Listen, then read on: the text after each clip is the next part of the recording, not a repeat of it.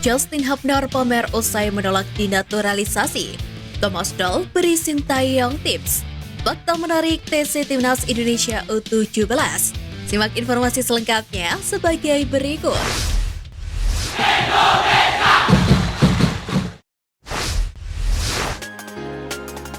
Tolak naturalisasi Justin Hubner pamer bersama klub. Pemain keturunan Indonesia Justin Hubner tak henti-hentinya menjadi sorotan pecinta sepak bola tanah air usai menolak naturalisasi yang dilayangkan oleh PSSI beberapa waktu yang lalu. Sebagaimana diketahui, Justin Hubner merupakan sosok yang potensial yang sempat digadang-gadang menjadi amunisi timnas Indonesia. Bahkan bek jangkung tersebut diprediksi media Inggris bisa menembus skuad Wolves untuk bermain di Premier League. Menariknya, setelah diprediksi bisa menembus tim utamanya, kini Justin Hubner dipercaya sebagai kapten tim. Hal tersebut diketahui dari unggahan Instagram pribadinya. Justin Hubner tampak mengunggah foto ketika dirinya mengenakan ban kapten serta memimpin Wolves U21 memasuki lapangan. Berkata sedikit tapi telah melakukan hal yang paling banyak, tulisnya dalam keterangan postingan Justin Hubner. Sontak unggahan tersebut mengundang beragam respon dari netizen tanah air. Pasalnya, bek 19 tahun itu sendiri yang menolak melanjutkan proses pindah kewarganegaraan yang sudah di tengah jalan. Awalnya Justin Hubner diproyeksikan untuk membela timnas Indonesia U20 bersama Ivar Yunar serta Rafael Struijk. Sayangnya, di ajang Piala Dunia U20 2023 di tanah air batal. Situasi ini yang membuat Hubner mundur untuk dinaturalisasi. Sedangkan dua rekannya tetap mengambil langkah tersebut dan kini Ivar serta Rafael sudah menjadi WNI dan telah menjalani debutnya bersama timnas Indonesia.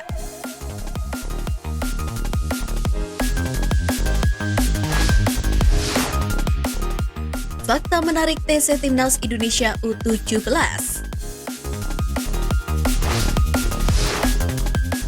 Pertama, sistem promosi degradasi tiap pekan. Pelatih Timnas Indonesia U17 Bima Sakti menetapkan adanya promosi degradasi setiap pekannya. Pemain yang dianggap tidak sesuai dengan ekspektasi akan diganti pemain baru hasil pemantauan. Pasalnya, skuad Garuda Asia juga tengah menyeleksi talenta muda tanah air di 12 kota. Kualitas pemain akan dilihat selama 5 hari latihan, baik di gimnasium maupun di lapangan. Terakhir, kualitas pemain akan diuji dalam pertandingan internal setiap Sabtu. Kedua, kriteria minimal bek dan kiper. Selain kualitas individu, Bima Sakti juga menerapkan spesifikasi khusus untuk pemain yang akan dipilih. Untuk beberapa posisi, terutama kiper dan bek tengah, harus berpostur tinggi yakni minimal 180 cm. Tinggi badan pemain dianggap sebagai salah satu nilai kuat dipanggil ke Timnas Indonesia U17. Bima ingin mengisi skuad Garuda Asia dengan pemain-pemain yang berpostur ideal. Hal itu tidak terlepas sebagai antisipasi lantaran lawan di Piala Dunia U17 juga merupakan pemain yang berpostur menjulang tinggi. Ketiga, dilarang publikasi pemain berlebihan. Untuk menjaga pemain dari publikasi berlebihan, Bima Sakti meminta media massa tak mengambil video tim saat melakukan uji coba. Bima Sakti menegaskan tak ingin pemainnya dipublikasi layaknya bintang. Berkaca dari era-era sebelumnya, pemain muda cepat berpuas diri begitu dipublikasi berlebihan. Hal itu terbukti saat menjuarai Piala AFF U16 2022, namun gagal di kualifikasi Piala Asia U17 tahun lalu. Oleh karena itu, Bima Sakti meminta maaf membuat aturan untuk tidak merekam aksi-aksi pemain muda di uji coba.